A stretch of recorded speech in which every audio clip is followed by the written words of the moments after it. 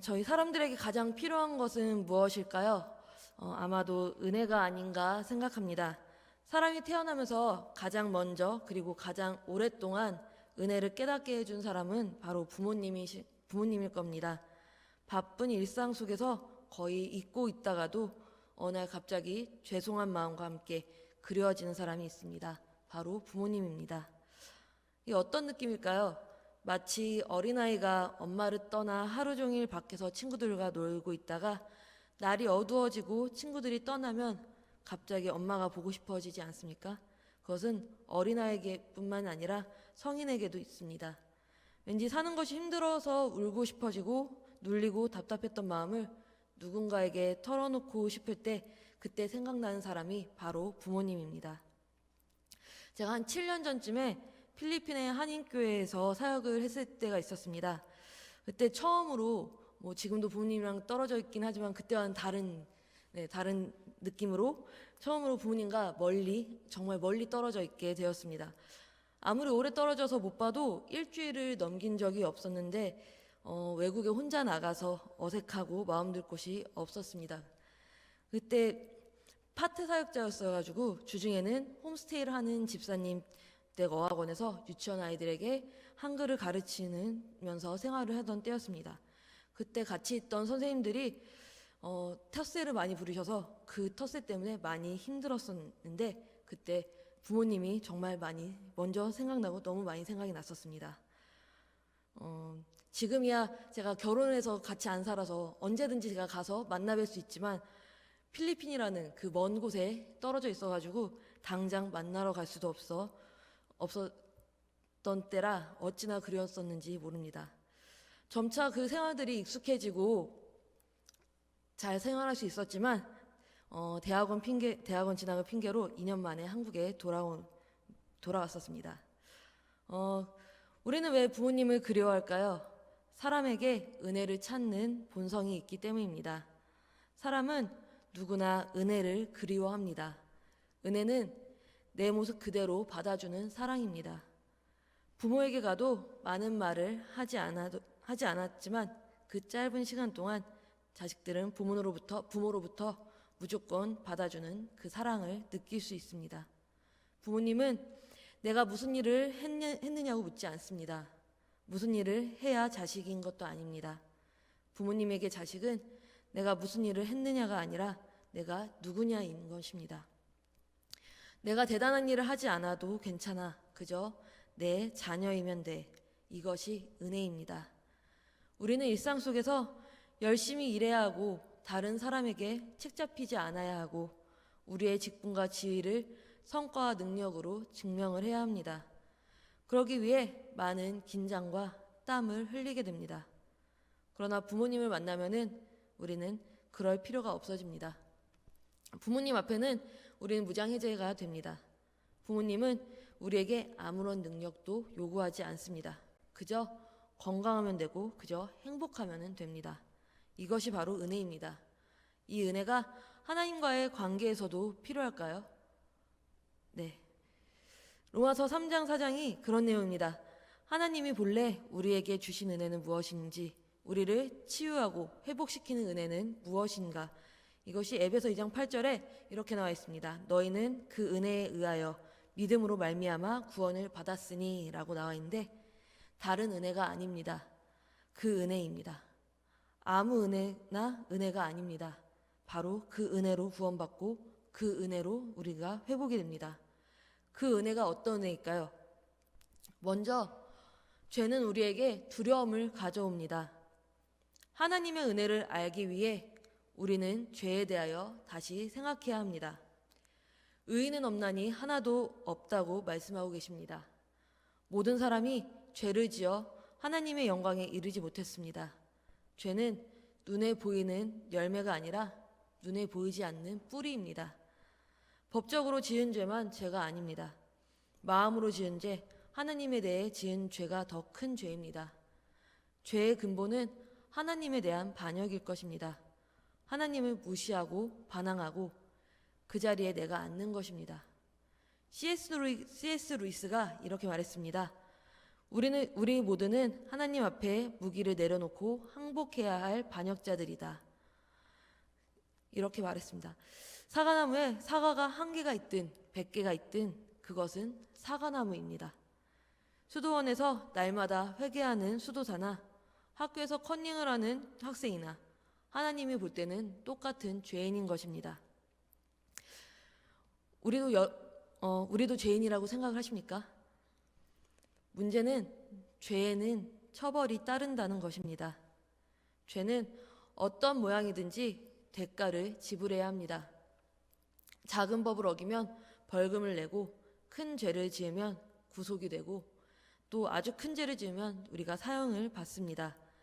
이 모든 처벌의 특징은 두려움입니다. 아담도 선악과를 따먹고 나무 사이로 숨었습니다. 가인도 아벨을 죽이고 공포에 떨었습니다. 두려움은 이 죄에 대한 보상이며 형벌입니다. 사람의 문제는 곧 두려움의 문제입니다. 이 두려움을 해결하기 위해서 사람들이 쓰는 방법이 많습니다. 그 중에 하나가 쾌락주의인데 케세라 세라라는 세상 사람들이 취하는 방법입니다.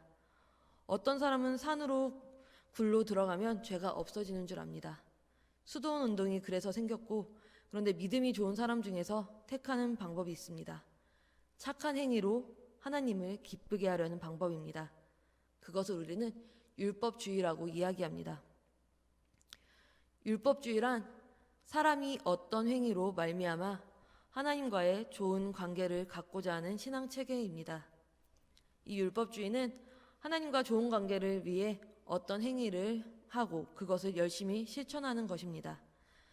열심히 하는 것은 문제가 없는데 그렇게 하다 보니까 하나님은 없어지고 내 행동만 남게 됩니다. 그것이 문제인 것입니다. 유대인은 성경의 율법을 613가지로 본다고 합니다. 따라서 모든 율법을 다 지킬 수도 없고 다 지킨다고 해도 그것 때문에 죄가 사라지거나 하지 않습니다. 그래서 바울이 20절에 이렇게 말합니다. 로마서 3장 20절입니다. 함께 읽도록 하겠습니다. 그러므로 율법의 행위로 그의 앞에 의롭다 하심을 얻을 육체가 없나니 율법으로는 죄를 깨닫음이니라. 아멘. 율법으로는 죄를 없앨 수 없다고 이야기하고 있습니다. 유진 피터슨 목사님이 20절을 이렇게 번역을 하셨습니다. 우리는 다 하나같이 죄인이며 다 함께 한 배를 타고서 가라앉을 수밖에 없는 사람들이다 라고 해석을 하셨습니다. 성도님 여러분들 수영 잘하십니까? 조금 잘하고 못하는 차이는 있을 수 있지만 수영을 얼마나 잘하든지 태평양을 건널 수는 없다는 점에서 같습니다. 팀 켈러라는 신학자가 이런 비유로 설명을 했습니다. 율법을 지켜서 의로워지려는 것은 태평양을 헤엄쳐 건너가려는 것과 같다. 세 부류의 사람이 있다. 수영을 아주 못하는 사람, 수영을 좋아하고 잘하는 사람, 국가대표 수영선수. 그러나 결과는 마찬가지다.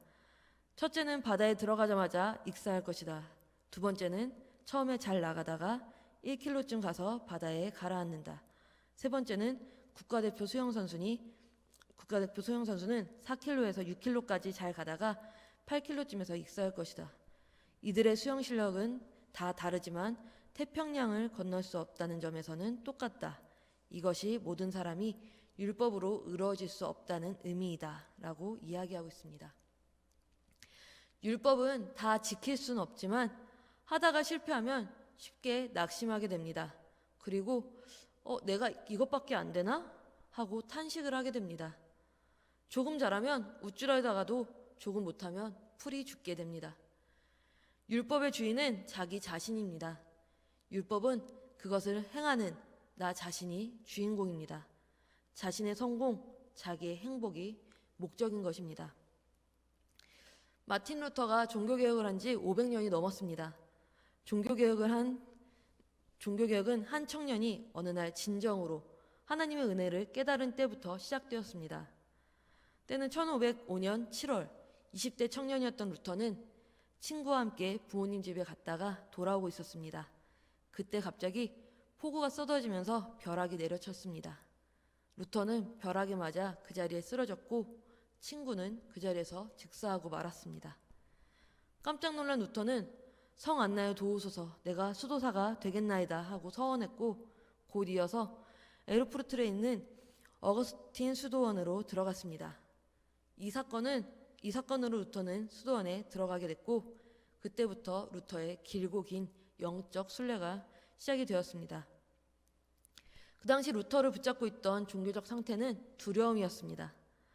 루터가 살았던 16세기 독일은 매우 종교적인 상황이었습니다.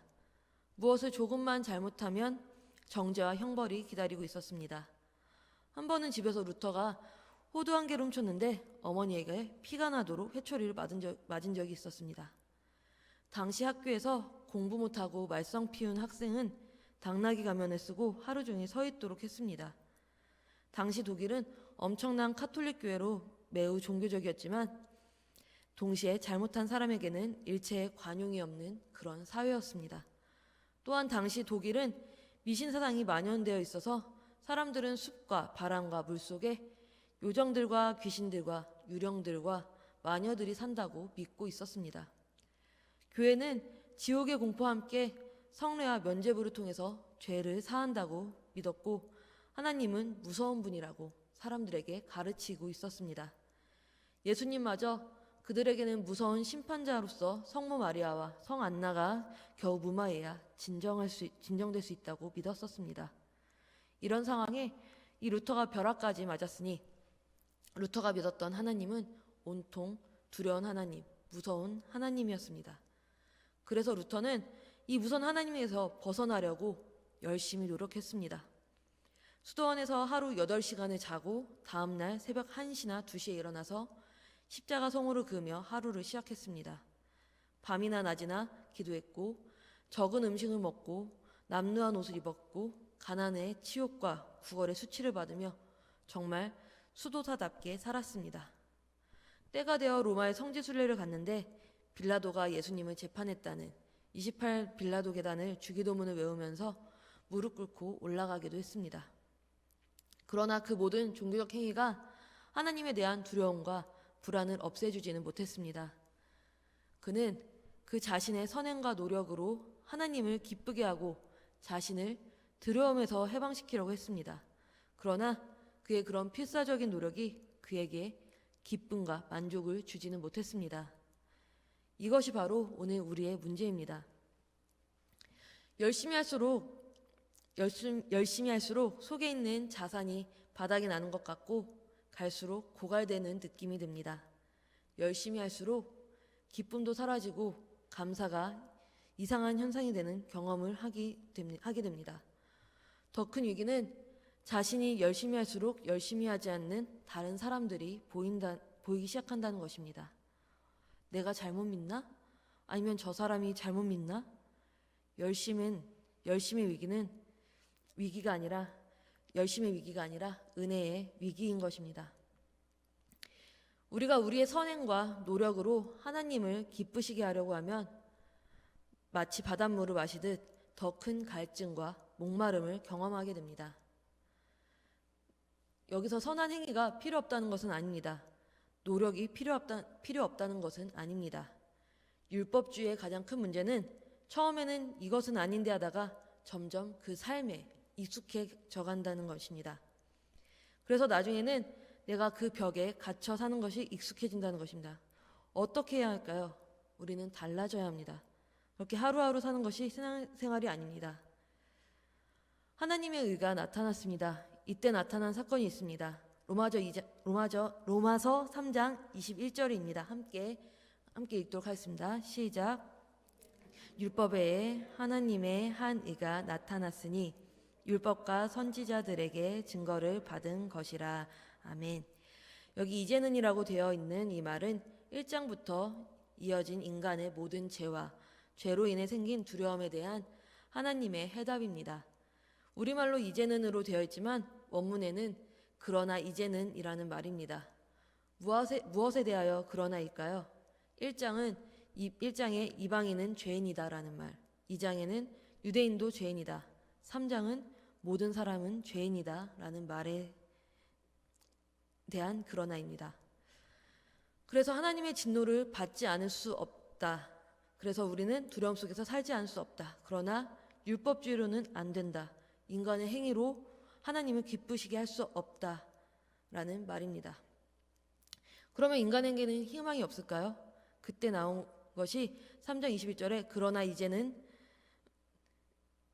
이 번나우라는 말이 위대한 전환점입니다. 죄인인 인간에 대한 하나님의 해법인 것입니다. 인간이 죄인이고 죄로 인해 망해야 하지만 인간을 망하게 놓아둘 수는 없으셨습니다. 그때 하나님이 방법을 제시하셨습니다. 로마서 3장 21절을 다시 보면은 이제는 율법에 하나님의 한 의가 나타났으니 라고 말합니다. 하나님의 의입니다. 하나님의 의가 하나님의 해법입니다. 어떤 하나님의 의일까요? 로마서 3장 22절에 나옵니다. 3장 22절 함께 읽도록 하겠습니다. 곧 예수 그리스도를 믿음으로 말미암아 모든 믿는 자에게 미치는 하나님의 의니 차별이 없느니라. 아멘. 예수님을 믿음으로 말미암는 하나님의 의, 그것이 우리에게 해답이라는 것입니다. 하나님의 의가 무엇일까요? 그것은 인간의 율법주의에 대한 하나님의 대안입니다. 율법주의는 우리가 선한 행동을 해서 하나님을 기쁘게 하고 죄에 대한 형벌과 두려움을 이기는 방법입니다. 그러나 하나님은 그 방법이 아니라 하나님이 가진 의를 우리에게 덧입히셔서 그 의로 우리가 의로운 자가 되게 하셨습니다. 행위의 주체가 우리가 아니라 하나님이신 것입니다. 선행이 방법이 아니라 희생이 방법입니다. 누가 누구를 희생시킨 것일까요? 하나님이 그의 아들이신 예수 그리스도를 희생시키셨습니다. 24절부터 25절 말씀입니다. 함께 봉독하겠습니다. 그리스도 예수 안에 있는 속량으로 말미암아 하나님의 은혜로 값없이 의롭다 하심을 얻은 자 되었느니라. 이 예수를 하나님이 그의 피로써 믿음으로 말미암는 화목제물로 세우셨으니 이는 하나님께서 길이 참으시는 중에 전에 지은 죄를 간과하심으로 자기의 의로우심을 나타내려 하심이니. 아멘. 여기에 하나님이 하신 일이 있습니다. 하나님이 이 예수를 그의 피로 말미암은 화목제물로 세우셨으니 그의 피로써 하나님의 방법은 그 아들의 피를 흘리는 방법이었습니다. 희생제물로 죽은 그의 아들의 피가 우리를 의롭게 만드셨습니다. 이를 위해 우리가 한 것은 아무것도 없습니다. 심지어 예수님이 죽을 때 우리는 거기에 있지도 않았습니다. 전적으로 하나님이 하신 일입니다. 하나님께서 주신 최고의 은혜는 그 하나님의 의를 우리에게 덧입히신 것입니다. 이것을 신학자들은 의를 전가했다라고 말합니다. 이 전가했다는 말은 은행 용어입니다. 두 사람의 통장이 있다고 하면은 한 사람은 가난해서 통장이 비어 있습니다. 한 사람은 통장이 넉넉합니다.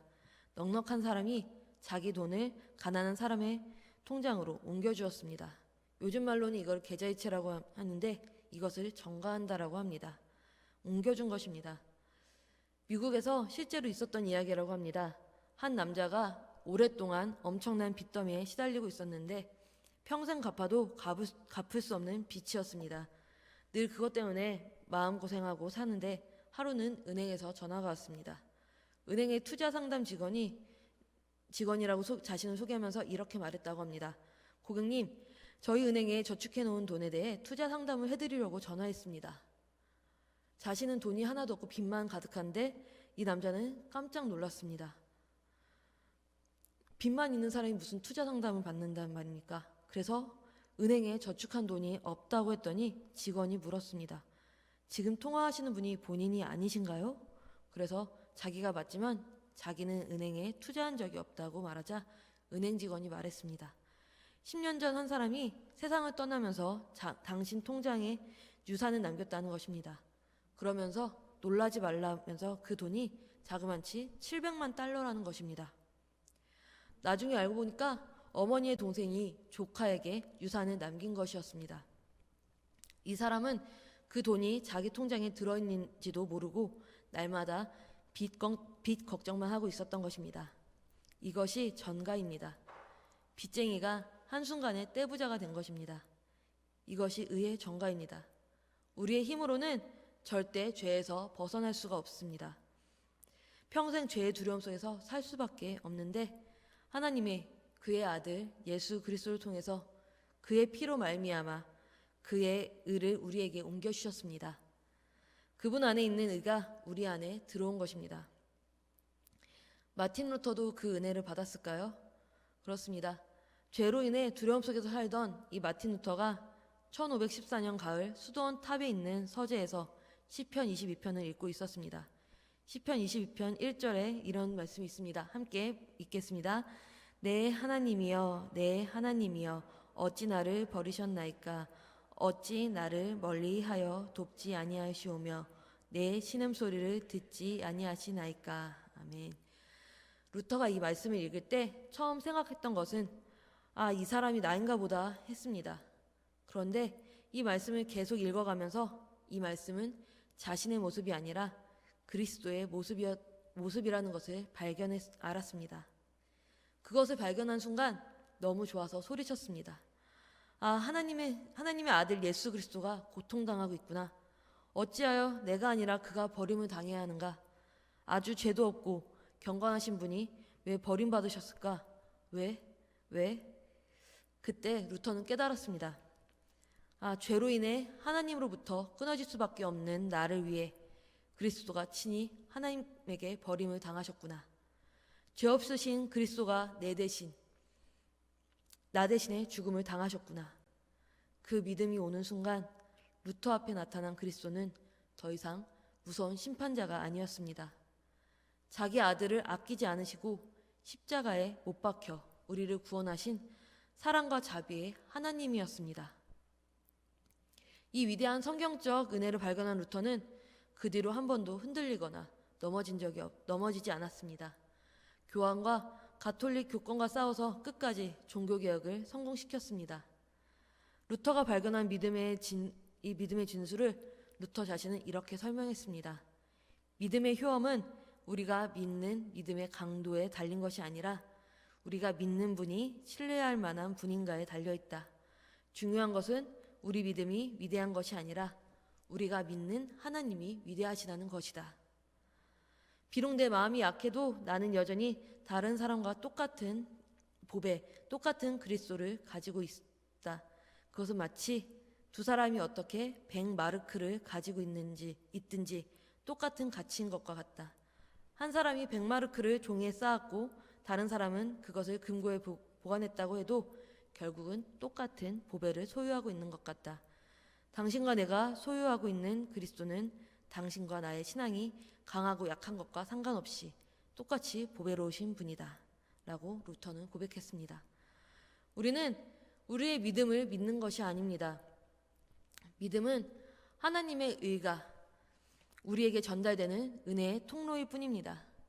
우리 믿음이 대단한 것이 아니라 우리가 믿는 그분이 대단한 것입니다.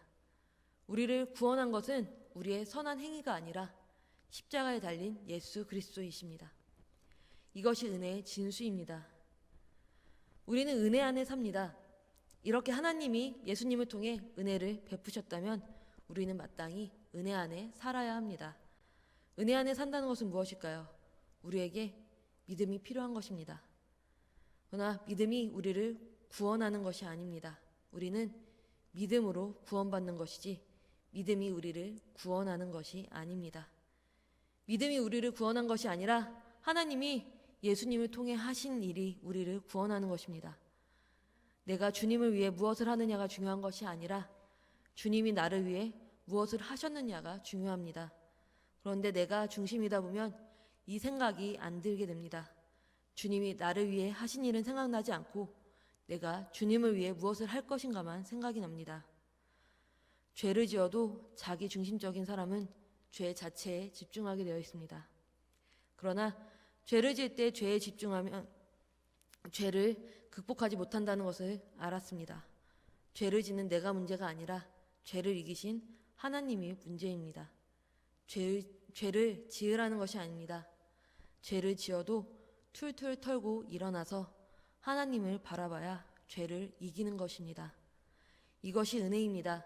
죄를 지을 때 죄 자체와 싸우고 죄 지은 나를 보고 탄식한다고 죄를 이기는 것이 아닙니다. 십자가에서 죄를 이기신 주님을 바라봐야 우리가 죄를 이기는 것입니다. 이것이 바로 은혜입니다. 내가 주님을 사랑하는 것이 아니라 주님이 나를 사랑하십니다. 내가 주님을 위해 무엇을 하느냐가 중요한 것이 아니라 주님이 나를 위해 무엇을 하셨느냐가 중요합니다. 내가 주님을 위해 큰 일을 행하는 것이 중요한 것이 아니라 주님이 내 안에서 큰 일을 행하시는 것이 중요한 것입니다. 내가 주님을 위해서 큰 일을 하는 것이 성공이 아니라 주님이 나를 사용하셔서 그의 뜻을 이루는 것이 성공입니다. 내가 한 번도 실수하지 않고 강한 자로 사는 것이 중요한 것이 아니라 강하든 약하든 주님이 나를 통해 일하시는 것이 중요합니다. 주님이 우리에게 필요로 하는 것은 우리의 도움이 아니라 우리 자신입니다. 주님이 우리에게 원하는 것은 우리의 많은 일이 아니라 우리가 주님과 친밀한 관계를 갖는 것입니다. 로마서 11장 6절에 이런 말씀이 있습니다. 만일 은혜로 된 것이면 행위로 말미암지 않으니 그렇지 않으면 은혜가 은혜되지 못하느니라. 아멘. 주님과의 관계는 우리 행위로 되는 것이 아니라 은혜로 됩니다. 우리가 더 완벽하게 산다고 우리가 의롭게 되거나 우리가 덜 완벽하게 산다고 덜 의롭게 되는 것이 아니라 내 안에 그리스도가 계셔서 의롭게 되는 것입니다. 로마서 3장 26절 말씀입니다. 우리 3장 26절 말씀 함께 읽도록 하겠습니다. 시작. 곧 이때에 자기의 의로우심을 나타내사 자기도 의로우시며 또한 예수 믿는 자를 의롭다 하려 하심이라. 아멘. 우리가 의롭게 되는 것은 우리가 착한 일을 많이 해서가 아니라 의로우신 예수님 때문입니다. 우리는 이미 예수님 때문에 의로워졌고 앞으로 은혜로 더 의로워질 것입니다. 우리가 할 일은 우리 행위로 하나님을 기쁘시게 하는 것이 아니라 오직 하나님의 은혜 안에 사는 것입니다. 성도님도 여러분은 이 은혜 안에 살고 계십니까? 하나님이 그의 아들 예수 그리스도를 통해 십자가에서 흘리신 그 피로 말미암아 저와 여러분이 이미 의로워졌다는 것을 믿고 계십니까? 우리가 구원받은 것은 우리의 믿음이 아니라 하나님이 그 아들을 십자가에 못 박은 그 은혜로 말미암아 구원받았다는 것을 믿고 계십니까? 이 믿음 안에서 우리가 살아가는 저와 여러분이 되기 원합니다.